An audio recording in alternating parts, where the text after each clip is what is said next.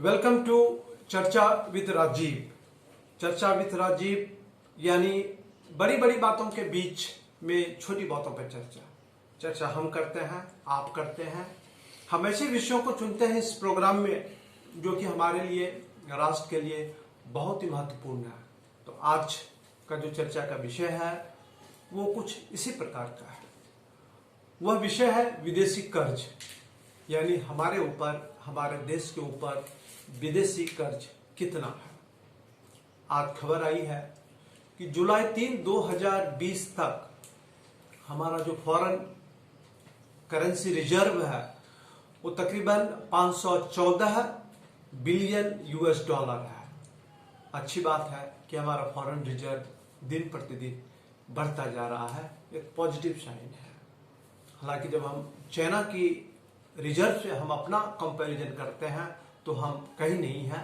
China का जो foreign reserve है वो 3 ट्रिलियन यूएस डॉलर से भी ज्यादा है, यानी हमसे कई गुना ज्यादा है। यानी चाइना की जो इकोनॉमी है, उसका जो फाइनेंशियल पावर है वो हमसे कहीं बेहतरीन है, लेकिन हम भी कमजोर नहीं है, हम भी बहुत मजबूत हैं। चर्चा को आगे बढ़ाते हैं, देखते हैं कि हमारे ऊपर जो कर्ज है इसमें किस प्रकार की बढ़ोतरी हुई है और आज कहां है।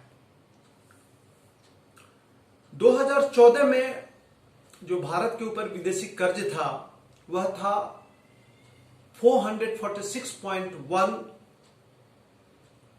बिलियन यूएस डॉलर, यानी कि 446.1 अरब डॉलर हमारे ऊपर विदेशी कर्ज था 2014 में। कर्ज का होना स्वाभाविक है। जब देश तरक्की करता है तो आपको पैसे की जरूरत होती है, हम बोरो करते हैं और डेवलपमेंट के प्रोसेस को हम एक गति देते हैं और उसके बाद हमारे पास हमारी अर्निंग्स बढ़ती है और फिर हम जो कर्ज लेते हैं उसको हम वापस करते हैं। ग्लोबल फाइनेंशियल इंस्टीट्यूशंस से हम कर्ज लेते हैं, वर्ल्ड बैंक है, एशियन डेवलपमेंट बैंक है, इस प्रकार के कई ऐसे संस्थान हैं, उनसे हम कर्ज लेते हैं। हम कर्ज देते भी हैं। भारतवर्ष बहुत ऐसे हमारे पड़ोसी मुल्क हैं जिनको फाइनेंशियल लोन देती है, जो कि अच्छी बात है। मैंने आपको बता दिया कि 2014 में 446.1 बिलियन यूएस डॉलर का कर्ज हमारे सर पे था, हमारे देश के ऊपर था। 3 साल के बाद यानी कि 2017 में यह कर्ज बढ़ करके 471.3 बिलियन यूएस डॉलर हो गया। इसमें बढ़ोतरी हुई, देश में डेवलपमेंट्स का काम बढ़ा तो हमारे ऊपर कर्ज भी बढ़ा। 2018 में यह कर्ज बढ़ करके 529.3 बिलियन यूएस डॉलर हो गया, यानी 471 से बढ़ करके यह 529.3 अरब डॉलर विदेशी कर्ज हमारे ऊपर हो गया। कर्ज में बढ़ोतरी होना चिंता की बात नहीं होती है अगर आप पैसे का सदुपयोग कर रहे हैं, यानी अगर हम जो पैसे ले रहे हैं उसको हम जो कैपिटल एक्सपेंडिचर के रूप में अगर वह यूज हो रहा है, हम एसेट्स क्रिएट कर रहे हैं, लोगों को बेटर फैसिलिटीज अवेलेबल करा रहे हैं, तो कर्ज लेना कोई बुरी बात नहीं है। एक राष्ट्र के रूप में कर्ज लेते हैं हम, लेकिन कर्ज लेकर के हम एसेट्स क्रिएट नहीं कर पा रहे हैं, लोगों के लिए बेसिक फैसिलिटीज में कोई इंप्रूवमेंट नहीं हो रहा है, तब ये चिंता की बात है। चूंकि चिंता की बात इसलिए है कि वो कर्ज आप वापस कैसे करेंगे। कर्ज आप वापस तभी कर पाएंगे जब फैसिलिटीज बढ़ेगा, एसेट्स क्रिएट होगा और हमारे जो लोग हैं, ह्यूमन कैपिटल है, उसका आउटपुट बढ़ेगा। जो 10 रुपये का काम कर रहे थे वो 50 रुपये का काम करने लगेंगे। जो बेरोजगार थे उनको रोजगार मिलने लगा।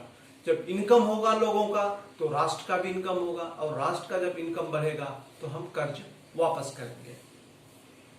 2019 में यानी पिछले साल यह जो कर्ज है इसमें भी फिर बढ़ोतरी हुई। ये 543.1 बिलियन यूएस डॉलर पहुंच गया। यानी कि कर्ज में जो 2014 से लगातार उसमें बढ़ोतरी हो रही है। मुझे लगता है कि इससे पहले से ही लगातार बढ़ रही है। 2014 के पहले भी उसमें इस प्रकार से कभी ज्यादा कभी कम बढ़ोतरी होती रहती है। और 2020 में जो कि मार्च के अंत में, मार्च का जो फाइनेंशियल ईयर हमारा क्लोज होता है, आरबीआई ने जो डेटा शेयर किया है उसके हिसाब से हमारे देश के ऊपर 558.5 बिलियन यूएस डॉलर का कर्ज है। अभी मैंने शुरुआत में आपको एक डेटा बताया कि हमारे फॉरेन रिजर्व्स कितने हैं। हमारे फॉरेन रिजर्व्स हैं 514 बिलियन यूएस डॉलर। हमारे पास विदेशी मुद्रा का भंडार है और हमारे ऊपर कर्ज है 558.5 बिलियन यूएस डॉलर्स। स्थिति बहुत कंट्रोल में है और हमें स्थिति को और मजबूत करने की जरूरत है। हमें यह इस स्थिति में पहुंचना है कि हमारे पास अगर हमारे ऊपर 500 या 600 बिलियन यूएस डॉलर का कर्ज है तो हमारा फॉरेन रिजर्व तकरीबन 1 ट्रिलियन यूएस डॉलर का रिजर्व होना चाहिए। यानी हमारे पास कर्ज देने के बाद तकरीबन 200-300 बिलियन डॉलर का हमारे पास रिजर्व होना चाहिए। वह भी एक दिन होगा। हम सबका प्रयास है कि एक मजबूत इकोनॉमी बनाने के लिए 5 ट्रिलियन से 10 ट्रिलियन इकोनॉमी बनाने की दिशा में हम सब प्रयासरत हैं। कोरोना की वजह से थोड़ी सी हमारी जो स्थिति है उसमें कमजोरी आई है। आपने देखा कि एक झटके में लाखों लोगों को नौकरियों से निकाल दिया गया, हमें भी निकाल दिया गया, हमारे से बहुतों को निकाल दिया गया। लेकिन हम उम्मीद करते हैं कि भारत सरकार एक हाई पावर्ड कमेटी बना करके उन सारे फैक्टर्स को स्टडी करवाएगी कि किस प्रकार से लोगों को नौकरियों से ऐसी परिस्थिति में निकलना पड़ा और उनको निकाला गया, ताकि फ्यूचर में इस प्रकार के अगर चैलेंजेस हों तो इसको कैसे रोका जा सकता है। नौकरियों से जब लोगों को आप निकालते हैं तो इसका बड़ा जबरदस्त नुकसान होता है। एक स्टडी है, एक अनुमान है कि नौकरियों के जाने की वजह से तकरीबन 34,000 करोड़ रुपीस का लॉस हुआ है लोगों को इन टर्म्स ऑफ सैलरी जो उनको मिलता था। It's huge loss. इतना बड़ा लॉस आप समझ सकते हैं कि ये 2 महीने 3 महीने का फिगर है और अभी लगातार ये परिस्थिति बनी हुई है। तो आप सोच सकते हैं कि सिचुएशन कितना अलार्मिंग है।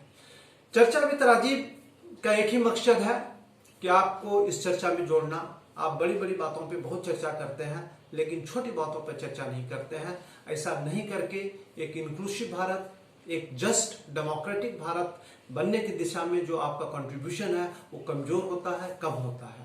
बड़ी बड़ी बातों के बीच में आप छोटी बातों की इग्नोर ना करें, उस पर बड़ी चर्चा करें। जिस दिन हम छोटी छोटी बातों पर बड़ी बड़ी चर्चा करेंगे तो हमारा देश बहुत ही मजबूत बनेगा। आज हम क्या करते हैं कि बड़ी बड़ी बातों पे हम बहुत चर्चा करते हैं लेकिन छोटी छोटी महत्वपूर्ण बातों पे बिल्कुल हम चर्चा नहीं करते हैं।